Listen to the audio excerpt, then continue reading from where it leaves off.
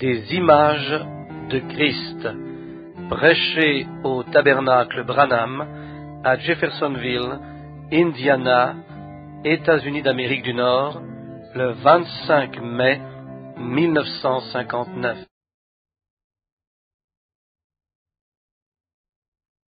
Fondre en un grand et glorieux lendemain, et nous anticipons ce jour où nous le verrons. Quelqu'un me demandait l'autre jour, « Pensez-vous, frère Branham, que la venue du Seigneur est proche ?» J'ai dit, « Certainement qu'elle l'est. » Il dit, « Mais ça fait si longtemps qu'on en entend parler. » J'ai répondu, « Mais un jour, tu en entendras parler pour la dernière fois. » Voyez, c'est exact, c'est qu'un de ces jours, il sera là. Et quand cela arrivera, je veux tout simplement être prêt. Dernièrement, nous parlions devant des hommes d'affaires, des avocats et ainsi de suite, et puis l'un d'entre eux me demanda quel était mon principal objectif ici-bas. J'ai répondu, j'en ai un. Il dit, quel est-il? J'ai dit, sauver des âmes à Christ. C'est la seule chose ma plus grande ambition et unique ambition est de voir Jésus-Christ glorifié. Je vis dans ce but. Et je suis si heureux de notre témoignage que depuis 31 ans déjà, je l'ai humblement servi. Si je devais vivre 1 million d'années, si j'avais autant de temps à vivre, je voudrais vivre chaque minute pour lui. Et si je savais devoir être rejeté à la fin, néanmoins, c'est tout un privilège de vivre pour lui. Il est si réel et si bon. Je n'ai jamais rien découvert dans tous mes voyages ici-bas, quoi que ce soit qui puisse égaler cette fraternité que nous avons ensemble quand nous sommes seuls, lui et moi. Il n'y a pas de plus douce communion. L'amour de Christ est plus grand que l'amour envers quoi que ce soit, sa femme, ses enfants ou quoi que ce soit. C'est si bon. Ainsi, nous sommes enchantés de voir que ce réveil se poursuivra encore toute la semaine. Et j'ai entendu dire que frère Parnell et d'autres y ont tenu de grandes prédications. Et nous croyons que durant ce réveil, un réveil est parfois mal compris. Certains pensent qu'un réveil a pour but d'amener de nouveaux membres à l'Église. Non, son résultat est cela, mais un réveil a pour but de raviver ce qui est déjà dans l'Église. Voyez ? Je me suis tenu une fois sur le bord de la mer. Oh, je présume l'avoir déjà mentionné bien des fois, mais c'était il y a des années, et c'était la première fois que je voyais Eh bien, ce n'était pas la mer, c'était le lac Michigan. Hope et moi étions là-bas quand s'est tenue la conférence mondiale. Je crois que c'était en 1922, frère Egan, si je me souviens bien, que la conférence mondiale s'est tenue à Chicago. C'était la première fois que je voyais une vaste étendue d'eau. Aussi, je me tenais sur le rivage ce jour-là et je regardais le gonflement des vagues. C'était un matin de Pâques, nous avions eu le service du lever du soleil, et je regardais ces grandes vagues monter et descendre, et elles semblaient s'en donner à cœur joie. Et je me suis mis à penser, tu sais, il n'y a pas plus d'eau dans ce lac, se démenant ainsi, qu'il y en a quand il est parfaitement calme. C'est la même quantité d'eau, pas une goutte de plus. Et j'ai pensé, pourquoi les vents viennent-ils secouer le lac comme cela? C'est pour en faire sortir toutes les ordures, vous voyez, cela rejette toutes les ordures sur la rive. Ensuite, je me suis dit que le lac était en train d'avoir son réveil, vous voyez. Il s'agite et se démène et éclabousse jusqu'à ce que tous les déchets en sortent. C'est comme ça qu'est un réveil. Il nous fait venir à l'Esprit du Seigneur et nous réjouir et rendre droit ce qui est courbé, et avoir une marche plus intime, une nouvelle consécration, une dédicace, jusqu'à ce que toutes les choses et les craintes du monde soient toutes rejetées sur la rive. Vous voyez? Ensuite, il y a un flot clair et limpide qui circule. Quand le vieux navire de la vie commence à s'agiter sur les eaux, on n'a pas tant à s'en faire, parce que le chemin est dégagé. C'est une bonne chose. Eh bien, ce soir, nous ne voudrions pas vous garder trop longtemps, étant donné que c'est lundi et que c'est notre premier soir de réveil en cours de la semaine, et j'étais fier d'annoncer que le réveil se poursuivra. J'ai beaucoup d'amis, je vois des frères ici, des personnes qui m'ont raconté les songes qu'ils avaient eus ces dernières semaines. Et le Seigneur m'a aidé dans l'interprétation de ces songes. Je ne sais pas qui est parmi nous, et s'il y a des étrangers ou quoi, mais le Seigneur Dieu donne encore l'interprétation des rêves. Ils sont exacts et parfaits, et il est le même Dieu des jours de Joseph, quand le roi eut des songes et qu'il les lui interpréta, et ils étaient exacts. Et quelques-uns de ces rêves se sont prolongés jusqu'à nos jours. Les résultats de ceux-ci sont encore en cours. Et Daniel, au jour de Nebuchadnezzar, et notre glorieux et humble pasteur nous disait tout à l'heure, cela l'intimidait tout simplement de me demander de donner ma participation aux prédications de cette semaine. Il a dit, je sais que tu es fatigué, frère Branham, mais on attendait et on se demandait, oh, c'est gentil de votre part.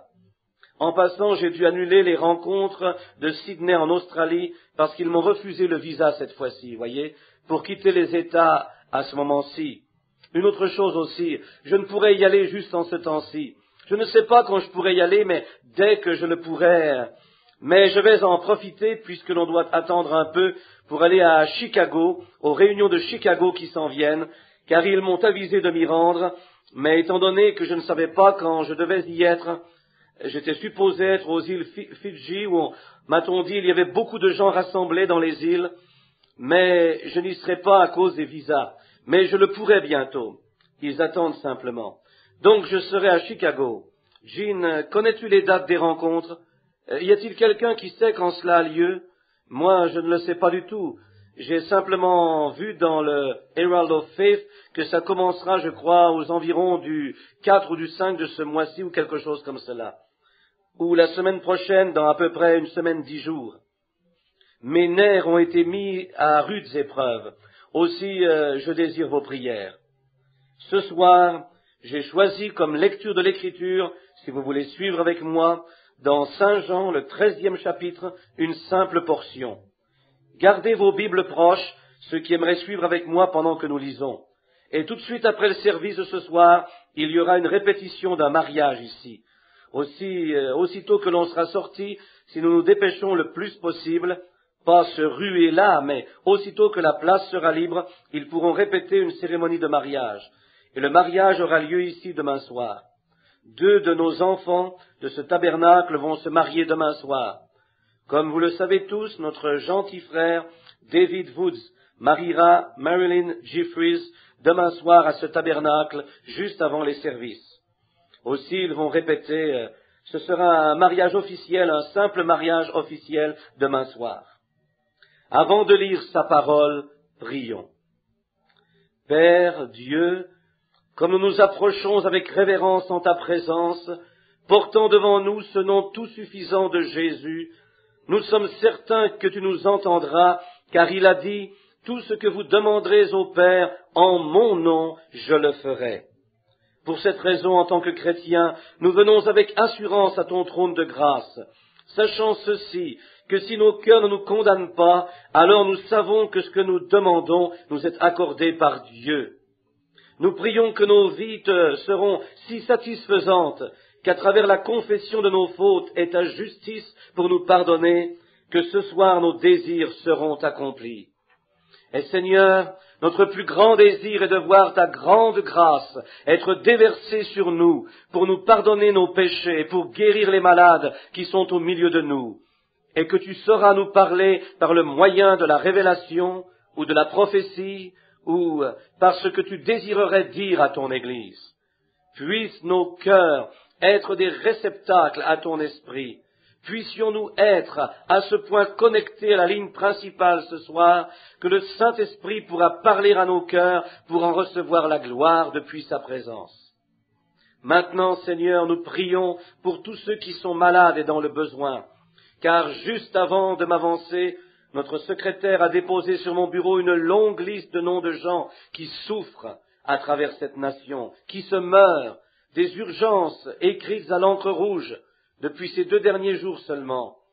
Et comme je défilais cette liste de mon doigt jusqu'au bas de la page, ô Dieu, avec la présence de cette congrégation ce soir, j'implore ta grâce et ta miséricorde pour chacun d'eux. Tu les connais tous, et ce dont ils ont besoin, sans oublier ceux, Seigneur, qui sont convalescents, ceux qui sont là-bas dans les foyers pour personnes âgées et infirmes. Ô Seigneur Dieu, plusieurs de ceux-ci sont de tes enfants, lavés dans ton sang. Quand nous devenons vieux et que nos bien-aimés ont oublié, il reste une consolation, c'est que Dieu n'oublie jamais. Toutes nos actions sont enregistrées dans le livre de vie, et elles sont toujours en sa présence. Aussi nous voulons plaider en leur faveur ce soir, Seigneur. Nous demandons que la miséricorde soit faite envers notre nation et envers ceux qui pêchent et qui agissent mal, et envers ceux qui traînent dans les bars et dans les différentes dispositions du péché. Seigneur, nous implorons ta grâce salvatrice. Nous prions que tu nous sustenteras à ce point que nos cœurs seront tellement épris d'amour pour toi que de te servir sera notre plus profond désir, ainsi que de voir ceux-ci sauvés. Bénis la lecture de la parole et tout ce que l'on fait. Humblement, nous courbons nos têtes en remerciement, car nous le demandons dans le nom de Jésus. Amen. Tournons maintenant au livre de Saint Jean, le 13e chapitre. Nous en lirons une portion. Avant la fête de Pâques, Jésus, sachant que son heure était venue de passer de ce monde au Père, et ayant aimé les siens qui étaient dans le monde, mit le comble à son amour pour eux. Pendant le souper, lorsque le diable avait déjà inspiré au cœur de Judas Iscariote, fils de Simon, le dessein de le livrer, Jésus, qui savait que le Père avait remis toutes choses entre ses mains, qu'il était venu de Dieu et qu'il s'en allait à Dieu, se leva de table, ôta ses vêtements et prit un linge dont il se ceignit. Ensuite il versa de l'eau dans un bassin et il se mit à laver les pieds des disciples et à les essuyer avec le linge dont il était ceint. Il vint donc à Simon-Pierre et Pierre lui dit, « Toi, Seigneur, tu me laves les pieds ?»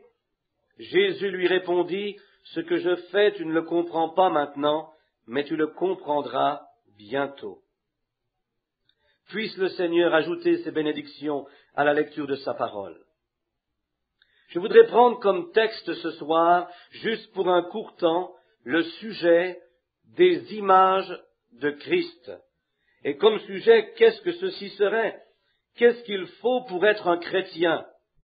Je sais que ce n'est pas du tout un texte évangélique, cependant c'est un texte évangélique puisque l'Église ne pourra jamais progresser avant qu'elle sache sur quel terrain elle est en train d'évoluer. Et je crois qu'avant qu'une personne puisse jamais aller de l'avant ou avoir une foi assurée, elle devra premièrement savoir où elle se tient et comment s'y tenir après avoir pris position.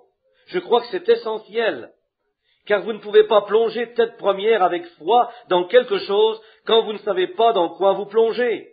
Vous devez savoir.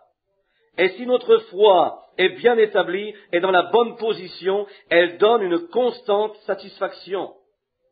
C'est tout comme il est dit d'une femme qui, une fois mariée, est si anxieuse d'enlacer son premier petit bébé qu'elle ne peut tout simplement pas attendre. Son anticipation est si grande.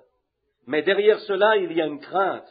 Et s'il ne devient pas enceinte tout de suite, cela signifie pour elle qu'elle n'aura pas cet enfant. Ensuite, cela l'éloigne tout le temps de plus en plus. Ils ont un remède à cela de nos jours, et cela a fonctionné dans tous les âges. Si cette femme voit ou croit qu'elle ne va pas donner naissance à cet enfant, si elle prend la décision d'en adopter un, eh bien la première chose que vous saurez, c'est qu'elle deviendra enceinte du sien. Maintenant, cela a été prouvé 9 fois sur 10, parce que cette pression qu'amène le doute, oh peut-être que je ne l'aurai pas, mais ça prend juste cette petite satisfaction, et c'est peut-être la façon de Dieu de l'amener dans la bonne atmosphère. Et ensuite, elle aura son propre enfant, parce que cette peur et cette appréhension vont finalement la quitter. C'est comme cela que ça se passe avec les gens qui veulent obtenir la guérison. S'ils peuvent simplement avoir une toute petite évidence. Tout comme Élie quand il a dit, Géasi dit, je vois un nuage de la grandeur d'une main d'homme. Élie reprit, j'entends le bruit d'une forte pluie. Il en vit l'évidence. C'est pourquoi souvent je dis aux gens, continuez, commencez à louer le Seigneur. Voyez-vous, parce que ça, c'est l'enfant adoptif. Car cela se passe dans leur pensée jusqu'à ce que la guérison soit perçue dans leur âme. Ensuite, la foi s'en empare. Vous devez savoir ce que vous faites. Vous devez avoir foi en ce que vous faites. Par conséquent, bien souvent, on entend cette expression. Oh, mais qu'est-ce qu'un chrétien? Certains limitent cela au fait d'aller à l'église. D'autres diront qu'un chrétien, c'est un membre d'église, quelqu'un qui s'affilie à l'église. Je crois que tout chrétien devrait le faire, mais je ne crois pas que c'est là la chrétienté. Voyez, c'est ce qu'un chrétien fait après être devenu chrétien, mais cela ne veut pas dire que parce qu'il le fait, qu'il est chrétien. D'autres diront, non, c'est le fait d'aller à l'église et de servir une déclaration de credo et d'être loyal envers les enseignements qu'apporte son église. Il y en a d'autres qui diront que de porter un petit quelque chose sur eux, une petite croix ou autre chose, que c'est ça le signe d'un chrétien. Bon, et ensuite certains autres croient que s'ils allaient brûler une chandelle ou faire pénitence, que cela c'est d'être chrétien.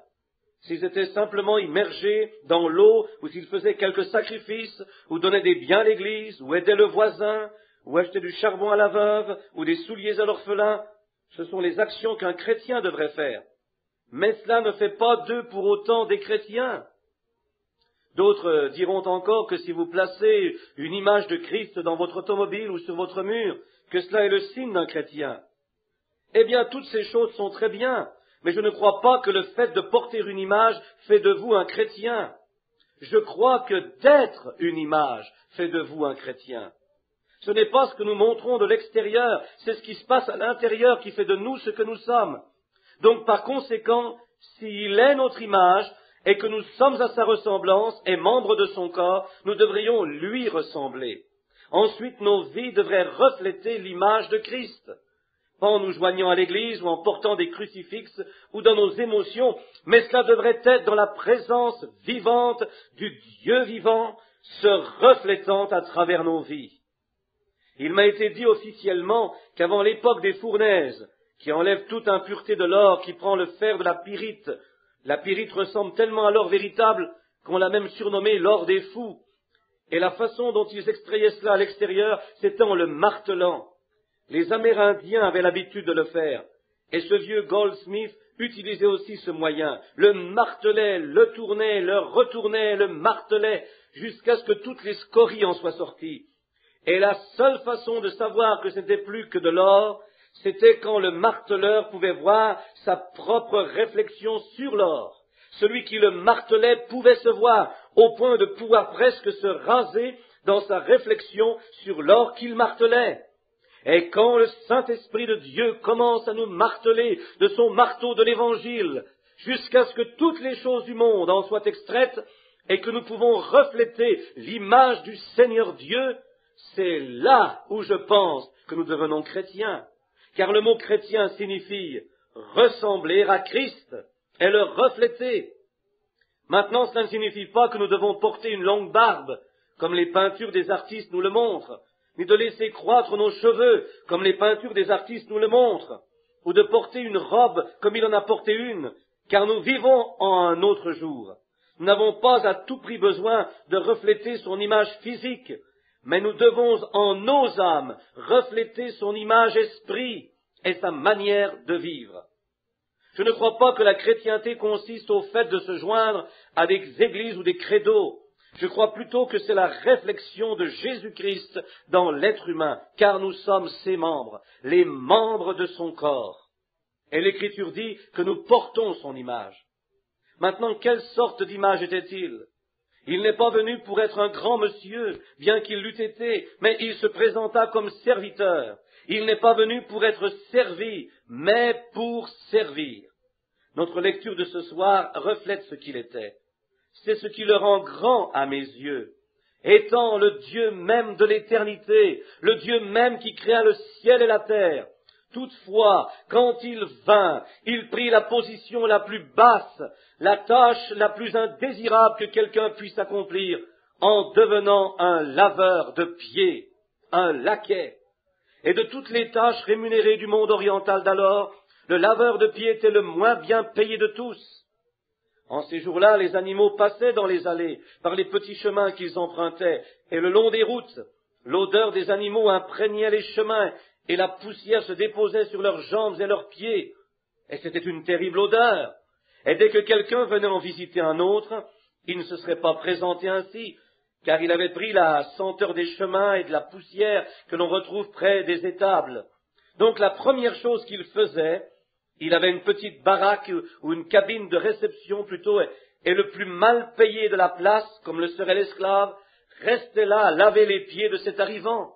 Il lui passait une autre paire de souliers ou lui enfilait des sandales, et après l'avoir oint d'huile, il pouvait aller rejoindre son ami comme invité.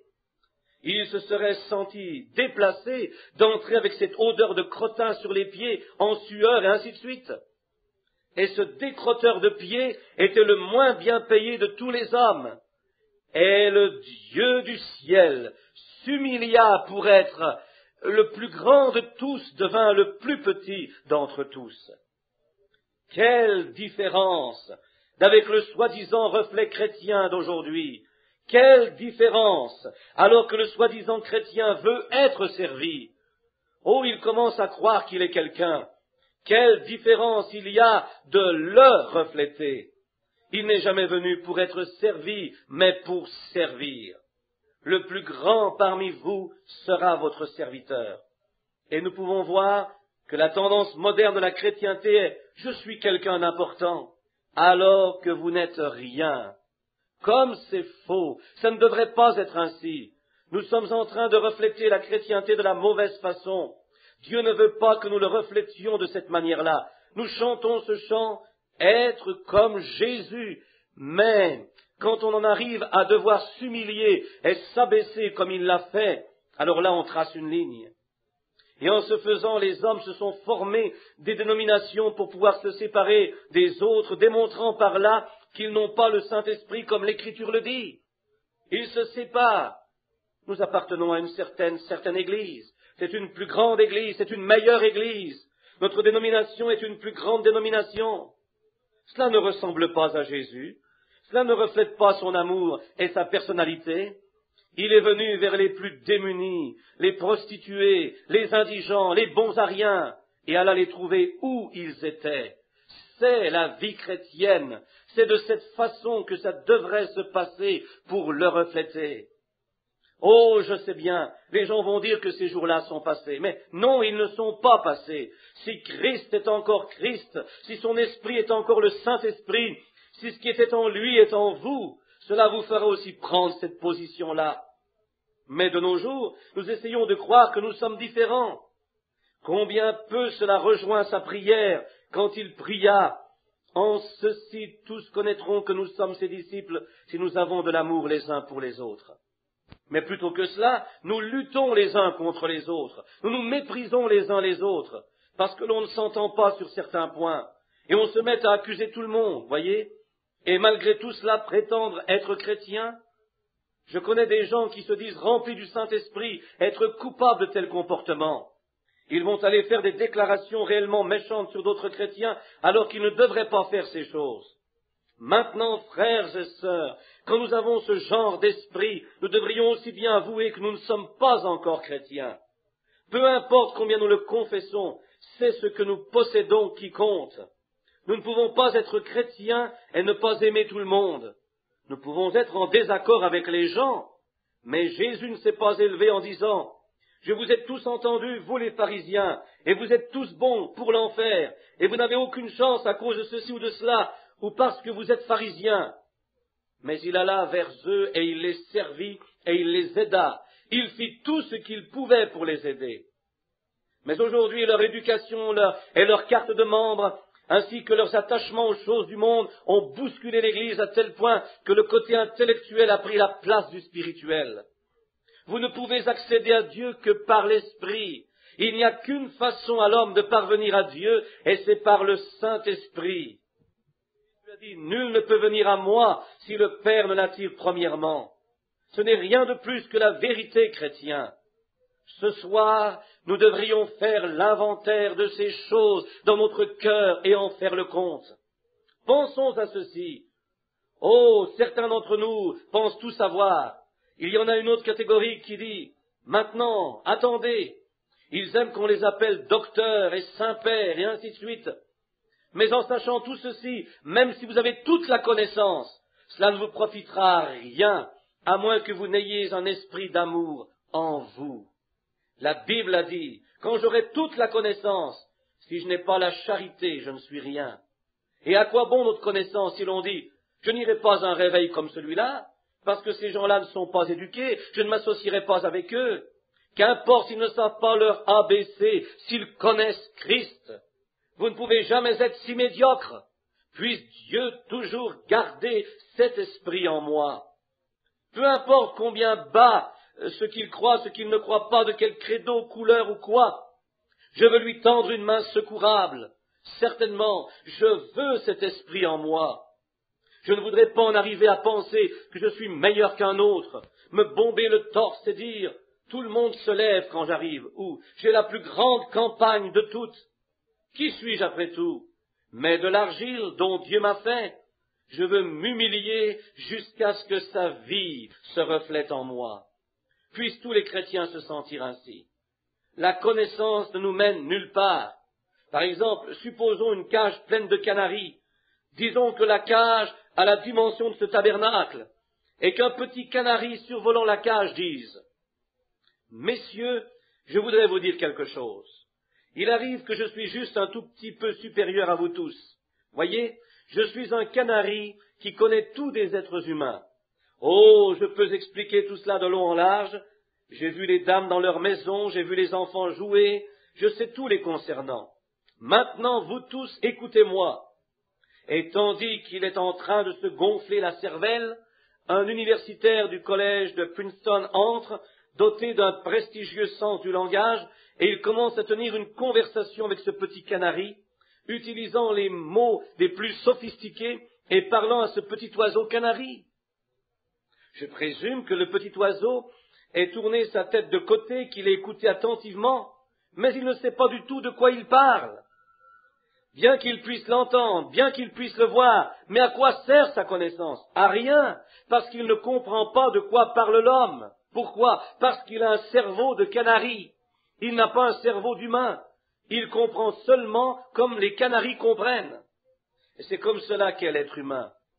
Je me moque de votre intelligence. Nous n'avons encore que des cerveaux de canaris, parce que nous ne sommes que des humains. Dieu est connu par l'Esprit et par la révélation par le Saint-Esprit. Nous ne pourrons jamais le comprendre par l'intelligence. Vous pourriez discuter et tenir de ces réunions intellectuelles et psychologiques autant que vous le voudrez, et les gens ne connaîtront jamais Dieu. Ils ne le pourront pas. Vous pourriez expliquer et dire que les gens doivent tendre l'autre joue et que ce n'est pas démodé, mais c'est un homme qui reflète Christ dans sa vie, un homme humble, un homme qui marche avec Dieu, agira comme Jésus. Mais voyez-vous, quoi qu'il pensait pouvoir comprendre, le petit oiseau ne le pouvait pas parce qu'il n'est pas fait pour cela. Son intelligence ne se comparera pas à l'intelligence de cet étudiant futé, pas plus que notre intelligence ne sera jamais égalée Dieu. Comment notre petite pensée limitée pourrait-elle se comparer à la pensée infinie de Dieu? La pensée infinie de Dieu est tellement supérieure à l'intelligence humaine qu'elle n'apparaît même pas. La seule façon qu'aurait pu avoir cet oiseau de comprendre ce que l'homme était en train de lui expliquer aurait été de s'y soumettre et de l'accepter et de faire ce que l'homme lui demandait de faire. C'est la seule façon de connaître Dieu, c'est de suivre la conduite du Saint-Esprit. C'est démodé, mais c'est le programme de Dieu. Cela a toujours été le programme de Dieu, et ce sera toujours le programme de Dieu. Ce n'est ni par la puissance, ni par la force, mais c'est par mon esprit, dit le Seigneur. C'est de là que ça vient. Longfellow a déjà dit, le chemin du succès est de trouver la cause louable de la discussion. Une cause louable qui a été discutée, et ensuite, tenez-vous-y, certainement.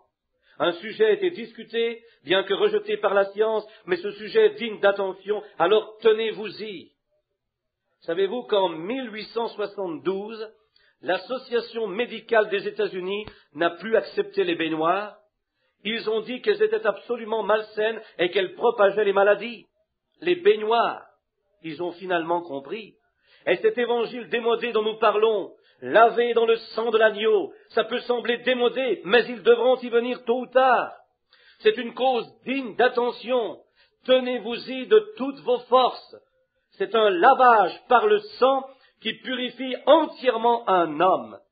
Pas en sortant boire et fumer, flirter tout en se disant chrétien, pour la simple et unique raison que vous appartenez à une église. C'est ce pur Saint-Esprit dans une vie humaine qui reflète Jésus-Christ, le Fils de Dieu. C'est la raison pour laquelle les gens rejettent la nouvelle naissance. Oh, bien sûr, ils ont ce qu'ils appellent la nouvelle naissance, par une poignée de main avec le pasteur, mais ce n'est pas une naissance, ça. La raison pour laquelle ils ne l'accepteront pas, c'est pourquoi ils vont joindre des églises, parce qu'ils peuvent y venir d'une façon intellectuelle. Dieu a dit, si un homme ne naît de nouveau, il ne peut voir le royaume de Dieu. Peu importe combien intellectuel vous pouvez être, ou quel bon chrétien vous prétendez être, vous devez naître de nouveau. Vous dites, donc frère Branham, je devrais joindre une petite mission quelque part. C'est pas cela. Cela signifie que vous devez recevoir la nouvelle naissance. Vous devez naître de nouveau. C'est un auditoire mixte, mais je vais dire quelque chose. Qu'est-ce qu'une naissance? Si cette naissance se produit sur un tapis de paille, ou sur le plancher, ou dans un hôpital, où les chambres sont peintes en rose, ou de quelque façon que ce soit, c'est un gâchis de prime abord. C'est exact. Et c'est comme ça qu'est la nouvelle naissance. C'est un beau gâchis, peu importe comment cela se présente, mais cela produit la vie. Amen. Cela produit la vie. Quelle sorte de vie? Une vie de service, où vous vous humiliez, où vous renoncez à vous-même. C'est le genre de vie que cela produit. Ah, ils disent, mais je l'ai vu pleurer à l'autel et se lamenter. C'est sûr, il vient de naître. Ça a l'air d'un beau gâchis, mais peu m'importe où cela se passe. Vous pourriez avoir le visage tout mouillé de larmes, les yeux rouges et les mains écorchées d'avoir frappé sur l'autel, mais c'est une naissance. Cela a eu un effet sur vous. Cela fait de vous un serviteur. Cela enlève l'orgueil de vous. Cela crée une image, façonne une nouvelle vie, une nouvelle création. Vous pouvez être tout amoché quand vous vous relevez, mais vous êtes né de nouveau. Peu importe l'endroit, cela forme une nouvelle vie. Cela apporte une nouvelle image vivante. Cela fait de vous un serviteur. Désormais, vous voulez servir. Jésus veut que nous nous aidions, que nous nous aimions. Comme nous nous servons les uns les autres, nous le servons. Maintenant, rappelez-vous de ceci. Ce sont les malades seulement qui ont besoin d'attention, de service. Seulement les malades qui demandent de l'attention. Quand vous voyez un prédicateur, et devrais-je ne pas limiter ceci aux prédicateurs seulement, mais je vais l'appliquer à chaque membre d'église qui exige l'attention. Je suis quelqu'un, moi. Rappelez-vous simplement que c'est une personne malade spirituellement. Elle demande de l'attention. Ils ont besoin de l'attention de l'Esprit de Dieu qui leur donnerait quelque chose qui les viderait de cette attitude et les guérirait de leur égoïsme et de leurs idées de grandeur et de ce grand moi et petit toi. Le Saint-Esprit nous fait tous les mêmes. Il y a trop de maladies spirituelles, d'anémiques. Vous savez ce que c'est que l'anémie? C'est quelqu'un qui n'a plus de sang. Ils marchent bizarrement, ils sont tout à l'envers tout le temps. C'est bien là le problème avec beaucoup de nos membres d'église. Aujourd'hui, ils sont anémiques. Ils ont besoin d'une transfusion de sang du calvaire qui leur donnerait un riche sang royal, qui les ferait marcher à la manière démodée du Saint-Esprit, taillé à la manière de Dieu. Cela leur donnerait une raison de vivre, leur donnerait une confiance qui les ferait marcher selon l'image de leur Seigneur. Pour ma part, si j'avais un choix à faire, j'aimerais être ce qu'il était. Il est venu pour être un berger et il était un berger. Le berger, c'est celui qui va vers les brebis. Je ne pense pas qu'on ait sur le mur cette remarquable peinture, mais assis dans ma chambre, je la regardais. Je ne peux tout simplement pas me rappeler du nom de l'artiste en ce moment, mais quand il perdit cette petite brebis noire et qu'il laissa les 99 autres à la recherche de celle-là, que fit-il? Il erra dans le désert. Il se blessa sur les épines, repoussa les dangereux rôdeurs nocturnes, jusqu'à ce que finalement, tout au fond du versant de la montagne, accroché à un buisson, risquant sa propre vie, il rejoignit le pauvre petit pour l'en sortir de sa condition rétrograde. Ensuite, il l'amène à lui, et puis un autre artiste a peint la scène de ce berger ramenant la brebis à la bergerie. Maintenant, il semble que le berger va juste prendre la brebis par-dessous et la ramener comme cela. Mais avez-vous remarqué comment l'esprit s'est emparé du pinceau de l'artiste? Il ne l'a pas pris sous son bras, il l'a posé sur ses épaules. Là, j'aimerais vous faire remarquer l'attention que porte le berger envers sa brebis. Maintenant, quand Jésus chassait les démons, il a dit qu'il les chassait par le doigt de Dieu. Maintenant, si un démon vous ennuie, la seule chose qu'il suffit à Dieu, c'est si peu pour lui qu'il n'a qu'à lever son doigt et le chasser. Mais quand une brebis rentre à la maison, quelle est la partie la plus forte de l'homme? Ses épaules. Avez-vous remarqué que ce sont toujours ses épaules qui sont les plus larges? Où charge-t-il les poids les plus lourds? Sur ses épaules. Où la brebis est-elle le plus en sécurité? C'est si elle est sur ses épaules. Aussi prend-il la brebis, la dépose sur ses épaules et revient gentiment avec elle. Toutes les puissances de Dieu enveloppent ce petit perdu et le ramènent à la maison. Mais un démon est si facilement chassé par son droit. Il est un berger. Un berger doit errer lui-même pour trouver le perdu. Et un bon pasteur est un berger. À vrai dire, le mot pasteur signifie berger. Et parfois dans l'Église, une petite secte, un petit clan se lèvera, une partie s'en ira dans ce sens, l'autre partie dans l'autre. Un vrai bon berger ira avec ce clan. Pour faire quoi? Pour le ramener. Un vrai bon berger, qu'est-ce qu'il fait? Il se fera errant. Pour faire quoi? Pour ramener le perdu. Qu'est-il en train de faire? Il est en train de refléter l'image du bon berger, essayant de ramener cette âme à nouveau. Même s'ils ont bifurqué sur une autre route, frères, comme s'ils allaient renverser le monde en l'espace d'une nuit, ce pasteur ira les rejoindre afin de les ramener à nouveau, les gagner sur cette route à nouveau. C'est là un bon berger. Il reflète l'image de Jésus. Frère, je sais qu'on appelle cela de l'hérésie, qu'on appelle cela du fanatisme, mais si j'avais un choix à faire ce soir, mon choix se voudrait d'être comme Jésus. Je veux cela plus que toutes autres choses dans ma vie, de refléter l'image du Seigneur Jésus.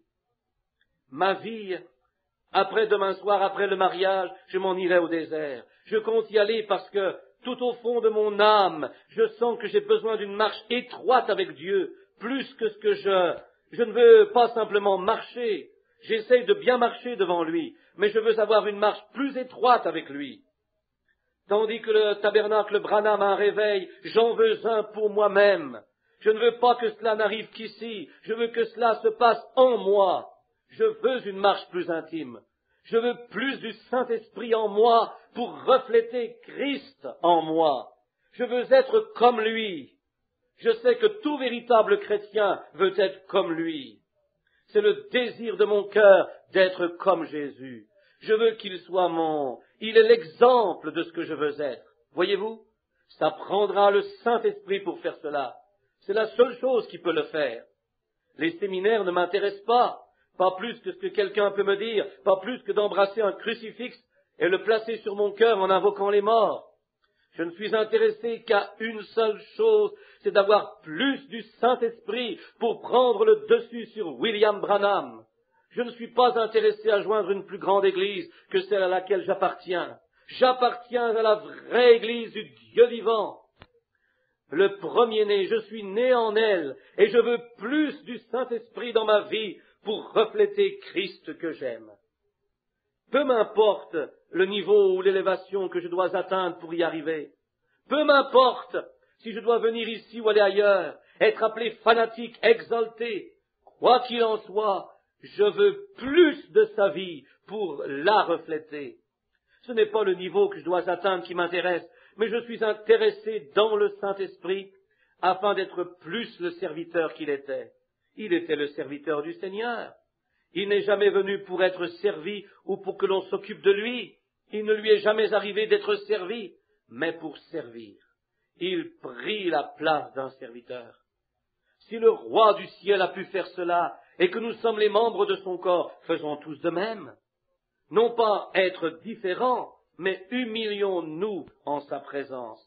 Peu importe ce que le monde en dit, ou que les intellectuels ne considèrent aucunement cela, recevons simplement plus du Saint-Esprit et soyons comme Jésus, humbles, doux, simples, prenons sa place, et il prendra la vôtre au jugement. Courbons la tête juste un moment. Verrai-je des mains se lever ce soir dans cette salle, parmi les membres de cette église et des autres églises? Quand je dis cette Église, je veux dire qu'il n'y a qu'une Église. C'est l'Église des nouveaux-nés, l'Église des premiers-nés, l'Église de Jésus-Christ, qui ne sont pas nés du monde, mais nés de l'Esprit de Dieu. Pourrais-je voir des mains se lever et dire, « Ô Dieu, rends-moi comme Jésus, façonne-moi, ô Seigneur, lave-moi, ô Dieu. » Que Dieu bénisse vos cœurs. Lave-moi et je serai plus blanc que neige. Seigneur, il y a des petits déséquilibres et des détours dans ma vie. J'étais assis en train d'écouter frère Parnell et frère Neville, ainsi que d'autres bons ministres, et frère Collins, et beaucoup d'autres frères qui prêchent. J'ai écouté, mais ce soir, Seigneur, j'arrive à cette conclusion. Qu'était-il en train de me dire? Qu'ont-ils essayé de me faire comprendre? Je vois qu'ils essayaient de me faire devenir semblable à Jésus. Et par moi-même, je ne pourrais y arriver. Je suis comme le léopard qui essayerait d'enlever la tacheté de son poil en le léchant. Il ne deviendrait qu'un peu plus visible au monde. Seigneur, fais en sorte que je m'oublie moi-même. Même si aux yeux du monde, ça devait ressembler à un gâchis, peu m'importe, je veux être né de nouveau de l'Esprit de Dieu. Et je veux, Seigneur, que tu me remplisses ce soir de ton Saint-Esprit. Lave-moi, sanctifie-moi, prends le sang de Jésus et sanctifie-moi, purifie-moi et remplis-moi jusqu'à ce que je me perde moi-même pour me retrouver, Seigneur, en toi. Ô Seigneur Dieu, Créateur du ciel et de la terre, qui a ressuscité le Seigneur Jésus d'entre les morts, l'a relevé par l'Esprit vivifiant du Dieu éternel, a relevé ce corps dans lequel tu habitais et l'a élevé jusqu'au trône du ciel. Il vint vers les plus dépravés de la terre, les prostituées, devint le serviteur le plus inconsidéré, descendit à la ville la plus dégradée, s'occupa des gens les plus dépourvus, reçut le nom le plus bas, devint le plus pauvre des pauvres. Encore est-il que la nature, les oiseaux ont leur nid et les renards leur tanière, mais le Fils de l'homme n'avait pas de place où reposer sa tête. Cependant, cet esprit vivifiant honora ce véritable serviteur, qui se fit lui-même serviteur, afin que nous puissions avoir un exemple à suivre. Il le fit sortir de la fosse de l'enfer, l'amena au tombeau et en fit sortir ce corps, et l'établit dans les cieux des cieux, jusqu'à ce qu'il doive se pencher pour regarder les cieux. Il lui donna un nom qui est au-dessus de tout nom qui se peut nommer dans le ciel et sur la terre. Seigneur, puissions-nous recevoir son esprit ce soir. Puisse cela être le besoin de chaque cœur ici. Tu as vu les mains qui se sont levées, Seigneur. Elles ne se sont pas levées pour réciter des credos ou pour opter pour des églises ou encore pour les combattre, mais pour devenir humbles de cœur, pour être transformés à l'image de Dieu. Puisse cela être accompli par le Saint-Esprit, Seigneur. Puisse le Saint-Esprit de Dieu nous rendre, non par la conception intellectuelle de ce que nous devrions être, pour ensuite agir comme cela, mais, ça c'est l'enfant adoptif, mais Seigneur, puisse cela vraiment se traduire par le Saint-Esprit et par une nouvelle naissance qui nous transformerait par le renouvellement de notre esprit pour nous rendre comme lui. Entends ma prière, Seigneur. C'est peu éloquent, je le sais, Seigneur, c'est peu éloquent. Je ne prie pas seulement pour ceux qui ont levé leurs mains, mais vois aussi que ma main s'est levée. Rends-moi comme lui.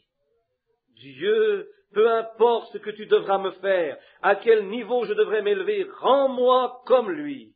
Je veux être comme Jésus dans mon cœur. Accorde-le, Seigneur, et pas seulement à moi, mais que tous ici ce soir y parviennent.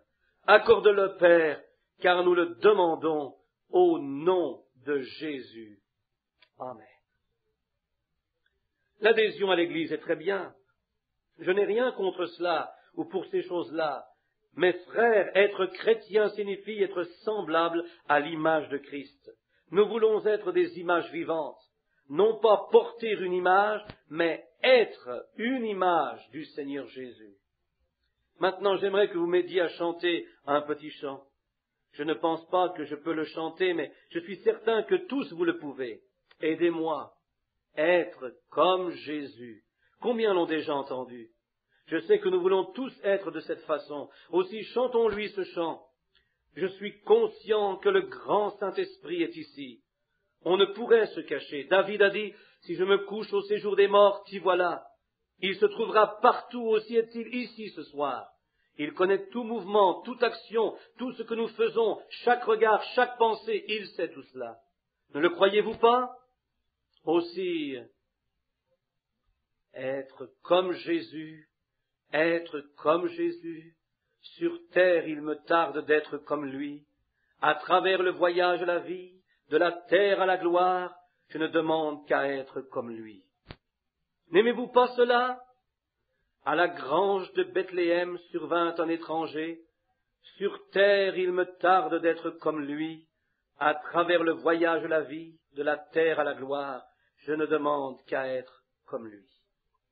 Savez-vous ce à quoi je suis en train de penser? Hier j'ai sorti le grand livre de l'Église. Je ne m'y étais pas référé. À vrai dire, c'était la première fois que je le consultais. J'en avais besoin. Quand l'Église a été instituée, le nom du frère Stewart y était. Celui de frère George G. Ark, frère Weber, tous ces noms-là. Je les voyais dans une petite classe d'école. J'ai vu une offrande totalisant $1.60 provenant des 5 classes de ce tabernacle. $1.60 d'une centaine de personnes ici. Ensuite, j'ai regardé la charte qu'on a actuellement, et là, j'ai pensé, beaucoup n'y sont plus. J'ai vu frère Frank Broy, c'est mon beau-père. J'ai vu tous ces anciens, Madame Weber, tous ces anciens. Ils ont tous monté l'échelle qui mène là-haut. Ils sont tous partis. Je me souviens, quand nous nous rassemblions ici, j'ai pensé, Seigneur Dieu, notre Église peut sembler un peu plus belle, et nous pensons en construire une, mais Seigneur, nous aimes-tu plus maintenant qu'autrefois? Non, je ne pense pas. Quand nous nous tenions ici à chanter, tout mon désir, c'est d'être comme lui, à travers le voyage de la vie. Je revois ce bon vieux George, avec son col de chemise ouvert comme cela, et la sueur coulant sur son corps, s'éventant de son mouchoir du bout de ses doigts, et je revois ces saints visages là à l'arrière, pleurant les mains levées. Des prédicateurs s'avançaient dans la place disant, « Garçon, comment amènes-tu les gens à l'unisson comme cela ?» Je répondais que je n'avais rien à faire en cela. Ils étaient formés et transformés à l'image de Dieu, là sur un vieux banc poussiéreux, là même où ils trouvaient Christ dans leur cœur. Quelle douceur que ce Sauveur! Toute la soirée, ces prières montaient constamment, et qui parfois, on allait prier chez d'autres, et on revenait à la maison à la tombée de la nuit. On priait toute la nuit. On ne retrouve plus cette sincérité. C'est comme si tous en étaient allés. Qu'est-ce qui se passe? Qu'est-ce qui se passe? Revenons à ce premier amour que nous avions. Juste être comme Jésus. Être comme Jésus. Sur terre, il me tarde d'être comme lui. À travers le voyage de la vie, de la terre à la gloire, je ne demande qu'à être comme lui. Le chanteriez-vous? Chantons-le de tout notre cœur, avec vos mains levées. Juste être comme Jésus. Être comme Jésus. Sur terre, il me tarde d'être comme lui. À travers le voyage de la vie, je ne demande qu'à être comme lui. Le voulez-vous réellement? Dites Amen. Oh, n'est-ce pas un doux esprit? Je préférerais ceci à toute autre chose ici-bas. Prenez tout ce qui est du monde et de ses caprices. Tous vos intellectuels, tous vos docteurs, rabbins, évêques, saints-pères, donnez-moi Jésus. C'est exact. Laissez-moi juste l'avoir de cette façon démodée. Je le sens tout au fond de mon cœur. Et surveillant ma vie, et de voir que mes désirs sont de le servir, humblement, en douceur et en simplicité, c'est ce qu'il nous faut, les amis. C'est Jésus, c'est le Jésus de la Bible. Pas un Jésus de l'intellect, pas un Jésus de l'âme. Il est ici ce soir. Combien sont malades et dans le besoin? Levez la main. Vous avez besoin de Christ. Vous êtes malade. Vous voulez que l'on prie pour vous. Levez haut la main, afin que je puisse voir qui vous êtes. Combien ont à cœur de prier pour quelqu'un de malade? Laissez-moi voir vos mains. Très bien, il y en a quelques-uns. Combien croient que Jésus est toujours le même? Nous n'avons pas distribué les cartes de prière. Croyez-vous que Jésus, notre Sauveur, peut venir vers nous ce soir? Et si nous chantons, et là je parle de refléter son image, que ferait-il s'il se tenait ici? Croyez-vous qu'il ferait comme il l'a fait dans Jean 4, où il vit la femme au puits et lui dit tout ce qu'il y avait dans son cœur, lui a expliqué, lui a dit, et elle reconnut qu'il était le Messie? Croyez-vous cela? Croyez-vous que ce même Jésus, qui est souverain sacrificateur dans la main de Dieu, croyez-vous que ce même Jésus, ce soir, qui un jour, il n'y avait pas de quart de prière, mais il y avait une petite femme qui souffrait d'une perte de sang, elle se fraya un chemin dans la foule, jusqu'à ce qu'elle parvienne à toucher son vêtement, s'arrêta et s'assit. Et Jésus se retourna et dit, « Qui m'a touché ?» Croyez-vous que Jésus est toujours le même Jésus? Et le désir de son cœur, voyez, elle était effrayée, elle se retira et s'assit. Elle attendit, et Jésus dit, « Qui m'a touché ?» Et Pierre, l'apôtre, le reprit, disant, « Seigneur, mais tout le monde te touche. » Il dit, « Oui, mais c'était une touche différente. Une force est sortie de moi. Je l'ai sentie. » Et il regarda vers l'auditoire, jusqu'à ce qu'il aperçoive la petite femme, et il lui dit qu'elle souffrait d'une perte de sang, et que sa foi l'avait guérie. N'est-ce pas ce Jésus? Pourrions-nous nous humilier ce soir pour être transformés par le renouvellement de notre esprit, par le Saint-Esprit, afin de céder nos lèvres, nos yeux, votre foi et ma foi, pour qu'ils puissent se déplacer dans l'auditoire, se mouvoir en vous et se mouvoir en moi, pour accomplir sa parole, qu'il est le souverain sacrificateur de notre confession? Il est assis à la droite de Dieu pour intercéder en faveur de notre confession. Il est aussi un souverain sacrificateur qui peut compatir à nos faiblesses, de la même manière qu'il l'a fait quand il était ici sur terre. Croyez-vous cela? Ce même Jésus. Combien ici ont un besoin personnel ou pour un autre? Parmi ceux que je ne connais pas, quelqu'un que vous savez que je ne sais pas ce qu'il a. Je vais le dire d'une autre façon. Je ne connais rien de vous, de votre requête, mais vous croyez que Jésus est ici pour se conformer lui-même, pour se rendre lui-même visible à nous, pour agir en nous de la même façon qu'il le fit quand il était en Jésus-Christ? Croyez-vous cela? Levez votre main.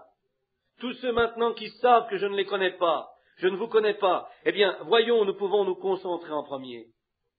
Soyez respectueux. S'il le faisait, le croiriez-vous de tout votre cœur? Voyez, j'ai simplement senti que j'allais vous faire venir ici pour vous imposer les mains, vous tous y croyez. Je ne crois pas que je vais le faire. Je crois que Jésus est ici. Ce n'est pas qu'il faille porter une image de lui, mais d'être cette image. C'est le Jésus dont nous voulons être l'image, n'est-ce pas? Très bien. Maintenant, Seigneur Dieu, c'est ici une grande déclaration, mais c'est toi, Seigneur, qui as fait la promesse. Dès lors, il nous faut presser le pas. Maintenant, quelque chose doit être fait, même si on n'est pas une dénomination. Nous ne sommes qu'un humble petit troupeau de gens dépassés, et beaucoup d'entre nous ont été chassés de ces grandes églises intellectuelles.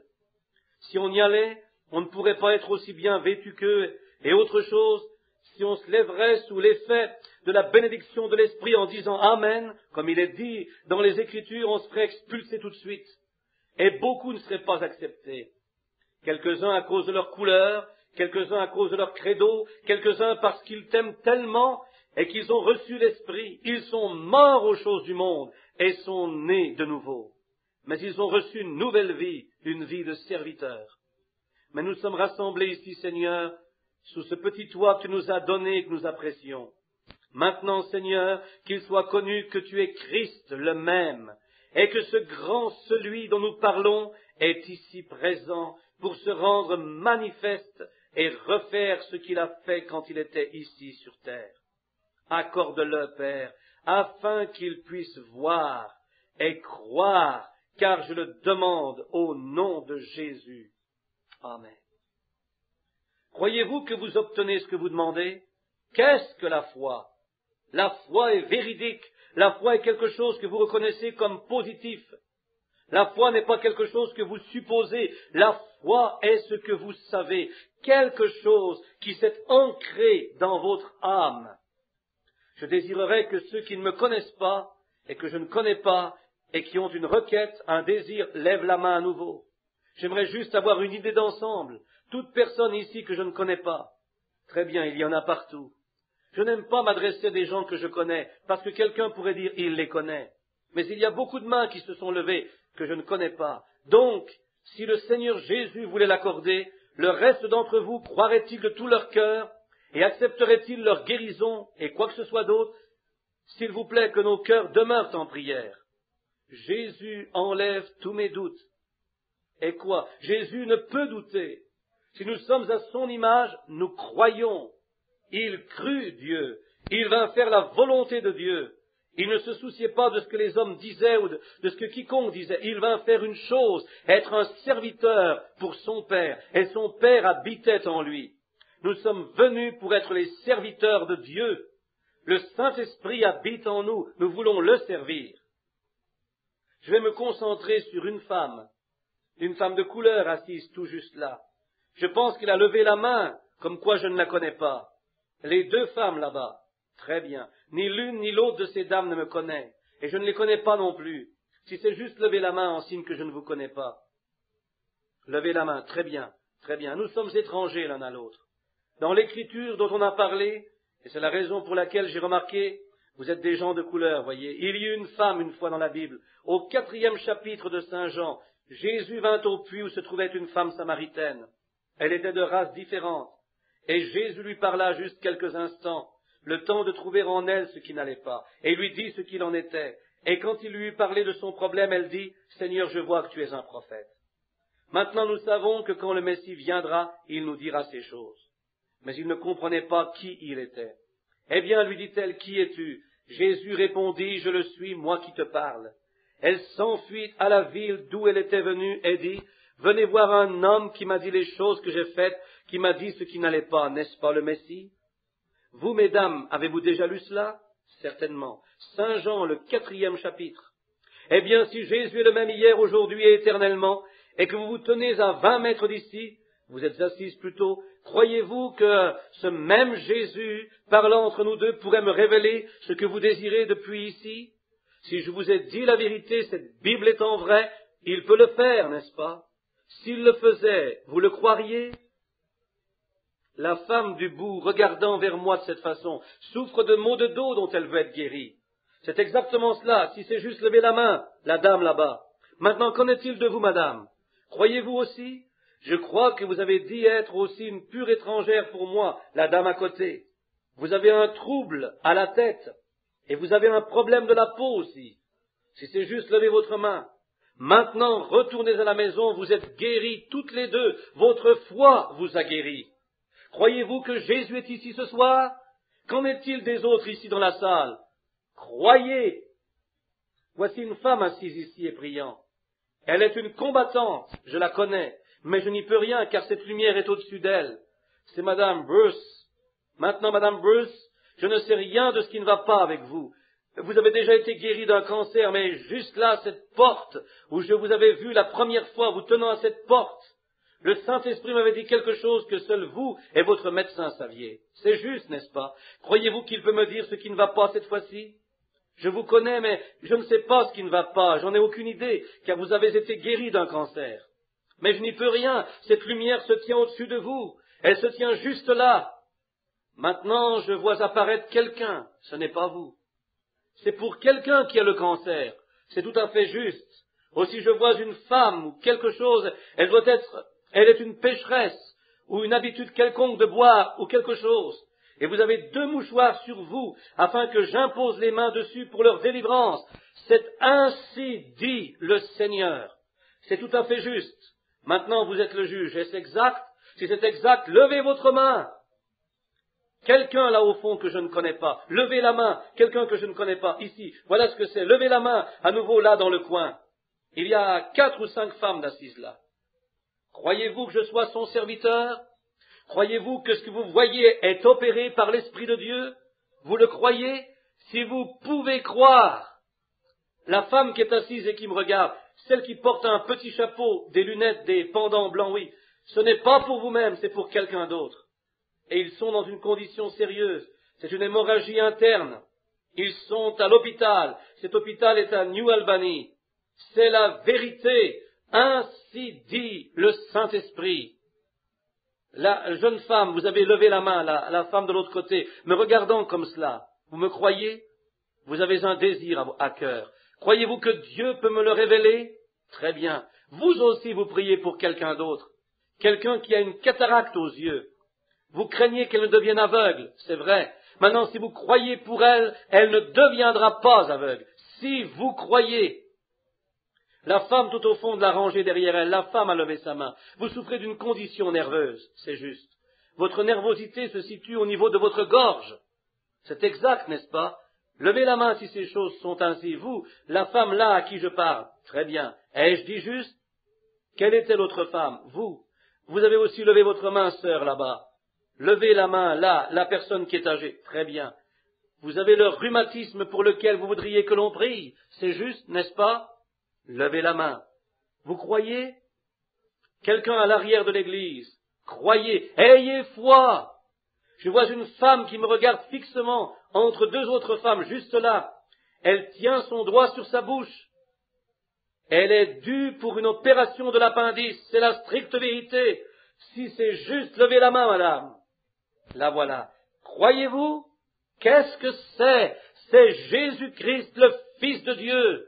Croyez-vous de tout votre cœur? Un tout petit moment, sœur. Être comme Jésus. Être comme Jésus. Sur la terre, il me tarde d'être comme lui. À travers le voyage de la vie, de la terre à la gloire, je ne demande qu'à être comme lui. Pouvez-vous voir la noirceur de l'Église d'aujourd'hui? Qu'est-il arrivé au jour du Seigneur Jésus quand ceci s'est passé? Cette femme fut si transportée qu'elle en oublia son pot d'eau pour courir au village. Elle dit, le Messie est là. Mais de nos jours, oui, vous n'avez pas encore assez imploré à l'autel pour recevoir la nouvelle naissance. Il y a quelque chose de faux quelque part. Cela enverrait le Saint-Esprit dans ce lieu ici, qui enverrait un réveil, la réflexion de Jésus-Christ, son image conforme ici, se déplaçant parmi les gens pour le faire. Qu'arrive-t-il? Il y a quelque chose qui manque. Nous avons besoin d'un réveil. Combien d'autres sont malades? Levez la main ceux qui sont malades et dans le besoin. Imposez-vous les mains les uns aux autres. Prions. Imposez-vous les mains tout de suite. Soyez prêts à recevoir votre guérison. Si vous croyez de tout votre cœur, vous pouvez être guéris tout de suite. J'ai été surpris, nous parlions d'une femme, d'une naissance. Je n'avais encore jamais eu de ma vie de femme que je connaisse qui se soit avancée à la plateforme désirant un enfant. Qu'en sera-t-il si je peux voir cela lui arriver? Son ardent désir demande la bonne chose. J'ai dit, femme, vous désirez un bébé? Elle a dit, oui, frère Branham. Je connais une femme de 49 ans qui a un petit garçon maintenant. Elle vécut avec son homme toute sa vie depuis l'âge de 16 ans environ. Elle en avait 49, lui 50 et quelques. Aussitôt qu'il lui dit, ainsi dit le Seigneur, c'est bien, vous aurez ce bébé. Elle s'en retourna et elle a acheté des vêtements pour le bébé. 3 ans plus tard, maintenant âgée de 52 ans, elle donna naissance à ce petit garçon qu'elle avait tant désiré. Pourquoi? Quand elle entendit la parole être prononcée, elle sut que cela devait arriver. Qu'est-ce que cela fit? Cela lui fit prendre la bonne attitude. Le Saint-Esprit est si bon de venir prononcer ces choses aux gens. Si vous prenez la bonne attitude maintenant, la guérison est assurée. Ô Seigneur, tu es Dieu à jamais. Et nous sommes heureux de savoir que tu as promis que tu aurais un reste quand tu reviendrais sur la terre, en dépit de tout ce qui peut se passer. Il y aura des gens qui vont être prêts. Je sais qu'il y a une dîme que l'homme donne à Dieu, et il y a une dîme parmi les gens, peut-être, dirais-je. 1/10 de toute la moisson du monde à travers les âges sera cet élu qui a été appelé. Ô Père, nous prions, comme nous travaillons tous ensemble ici, que nous fouillerons la ville, essayons d'amener les pécheurs, essayons de faire quelque chose pour le royaume de Dieu. Dans la ville, nous voyons l'indifférence, nous la voyons, tout comme Lot à Sodome. Cela vexe nos âmes journellement de voir les femmes fumer des cigarettes et prétendre être chrétiennes, et boire et se saouler, et porter des vêtements immoraux, et les hommes convoitent, et, oh, le péché de Sodome! Nos cœurs sont attristés au-dedans de nous, Seigneur. Pas étonnant que la foi en soit son plus bas. Quand des gens comme ceux-là manquent du sang de Jésus, qui sanctifierait leurs âmes et les enflammerait pour Dieu, cependant ils ne le recevront pas. et les petites missions du coin de la rue, battant du tambourin et des tambours, et eux, ils se rient et se moquent de nous, de ce qui forme pourtant des saints du Dieu vivant. Oh, comme nous te remercions, Père, pour ces quelques lieux quelque part qui prêcheront l'Évangile, qui tendront la main aux gens. Accorde-le, Seigneur, à l'instant comme nous prions, et savons que ton grand Saint-Esprit et les anges sont à leur position ici dans cette Église. Dieu, pardonne-nous nos péchés. Il y a beaucoup de gens qui sont malades ici ce soir. Tu t'es déclaré être ici, Seigneur, à travers tes serviteurs. Beaucoup d'entre eux tiraient, appelaient, suppliaient. Et Seigneur, tu sais être le seul à pouvoir permettre que ces choses soient faites. Tu es Dieu et Dieu seul. Et tu le fais pour la simple raison que tu as promis que tu le ferais. C'est le dernier signe que tu as donné aux églises. La fin des temps est ici. Ensuite tu poses cette question, trouverai-je la foi quand je viendrai sur la terre? Tu n'as jamais dit, trouverai-je des membres d'église, trouverai-je des credos, trouverai-je la sincérité? Tu as dit, trouverai-je la foi quand je viendrai sur la terre? Seigneur, puisse la foi de ces malades être libérée. Éloignez-vous des frustrations, des doutes et des craintes.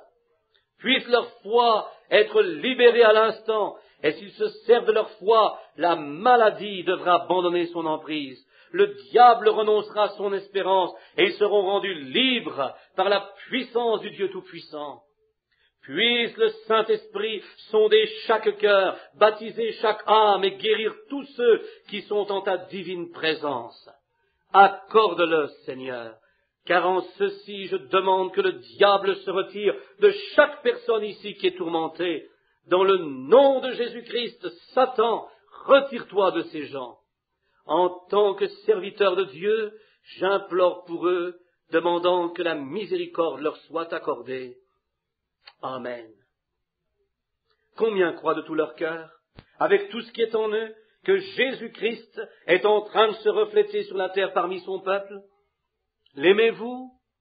Là, chantons ce vieux cantique, je l'aime, parce qu'il m'a aimé le premier. Tous ensemble, pendant que nous serons debout, chacun maintenant, tous ensemble, combien le connaissent? Levez vos mains, je l'aime. Adorons-le maintenant. Tous les malades, tous les affligés, levez-vous sur vos pieds, recevez votre guérison. Je crois, et de tout mon cœur, que si vous laissez votre foi agir tout de suite, le Christ de Dieu qui est présent va, qu'est-il en train de faire? Nous façonner à son image, voyez? Son esprit ici se reflétant lui-même sur vous. Vous savez cela, n'est-ce pas? Ces gens, peu importe qui ils étaient, ils ont levé leurs mains pour témoigner qu'ils ne me connaissaient pas. Et j'ai levé ma main pour témoigner que je ne les connaissais pas. Mais Dieu les connaît. Qu'est-ce donc? Le Christ se reflétant lui-même. C'est à votre foi d'y croire.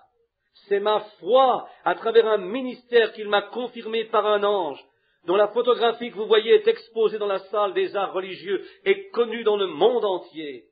C'est connu.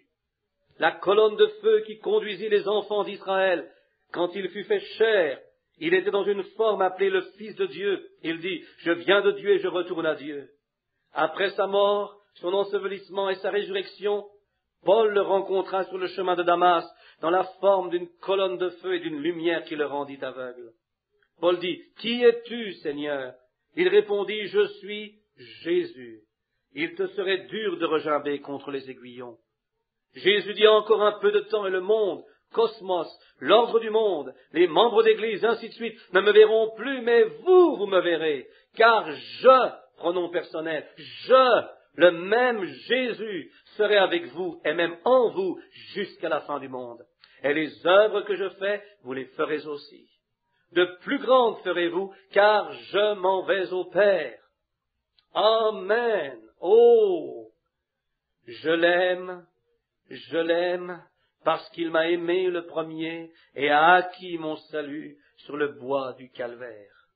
Oh, tandis que nous chantons cela à nouveau, je veux que les méthodistes et les baptistes et les pentecôtistes et les nazaréens et les pèlerins de la sainteté, l'Église de Dieu, vous tous ensemble, je veux que vous donniez la main à ceux qui sont devant vous et derrière vous et à vos côtés, pendant que nous chanterons tous ensemble.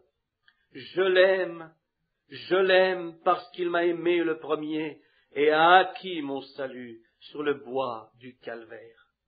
Voici l'ordre de la résurrection. Nous les vivants qui serons restés, nous ne devancerons pas ceux qui sont morts, car la trompette de Dieu retentira et les morts en Christ ressusciteront premièrement.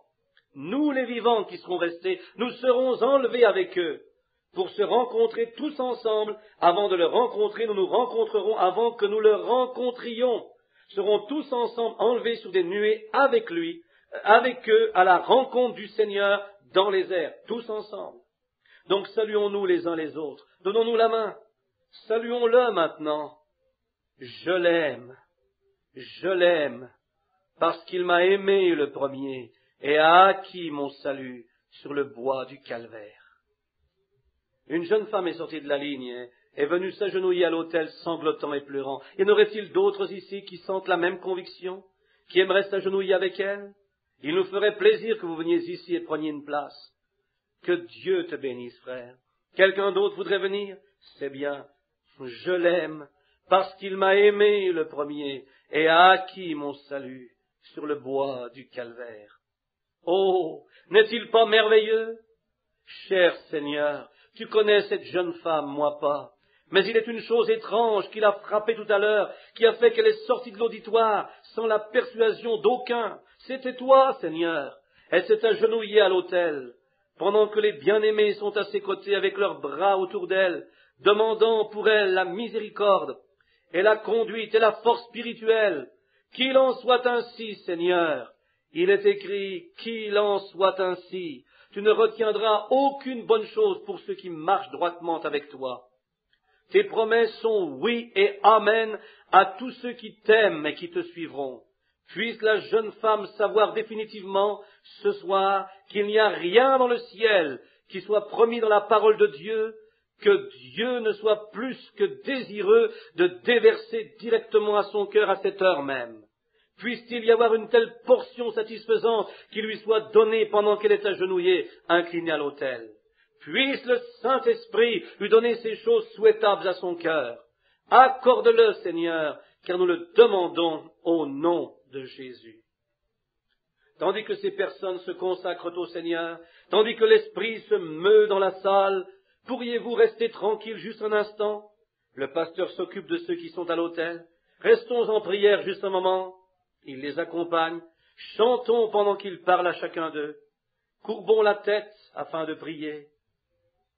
Je l'aime, parce qu'il m'a aimé le premier et a acquis mon salut sur le bois du calvaire. Je peux, je veux, et oui je crois. Je peux, je veux, et oui je crois. Je peux, je veux, et oui je crois que Jésus m'a sauvé. Je le prendrai à sa parole, je le prendrai à sa parole. Il m'a donné mon salut gratuitement, et je le prendrai à sa parole. Regarde ici, jeune homme, tu veux une marche profonde avec Dieu? Crois-tu qu'il te l'accordera? Oui. Si tu crois de tout ton cœur, tu peux l'avoir. Y crois-tu? Tous ceux qui l'aiment, levez la main, dites, je l'aime avec tout ce qui est en moi. N'est-il pas merveilleux? Pendant que nous avons notre tête inclinée pour la prière de fermeture, rappelons-nous du service de demain soir.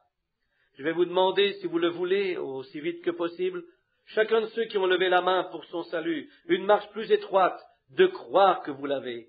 Si vous ne pouvez le sentir, prenez l'enfant adoptif, voyez. Continuez à dire que vous l'avez jusqu'à ce que cela devienne une réalité. Vous qui avez accepté la guérison et qui ne vous sentez pas mieux, vous dites, ma foi n'est pas suffisante pour déplacer cela à l'instant, frère Branham. Prenez la façon de l'enfant adoptif. Continuez de dire, Seigneur, je suis guéri, je le crois. Ça viendra, ça ne fera que vous placer dans la bonne atmosphère, vous voyez. Et ensuite votre foi sera à point, elle s'en emparera. Croyez seulement de tout votre cœur. Demain soir, le service commencera à 7h30, heure régulière, ainsi que tous les soirs de cette semaine. Rendez-vous, écoutez Frère Neville et ses autres ministres, et tous ensemble pour susciter un réveil. Dieu vous bénisse. On ne peut le susciter, on doit l'amener avec nous par la prière. Venez, faites acte de présence. Que Dieu soit avec vous. Maintenant, j'aimerais que vous quittiez les lieux le plus vite possible après la prière de fermeture. Nous avons à peu près une demi-heure de répétition et quelques hommes y travaillent. On va maintenant courber la tête et je crois avoir entendu frère Juni Jackson à l'arrière. Frère Junior, êtes-vous ici ce soir? Le frère de l'église méthodiste de New Albany? Très bien. Frère Jackson, voudriez-vous terminer dans un mot de prière?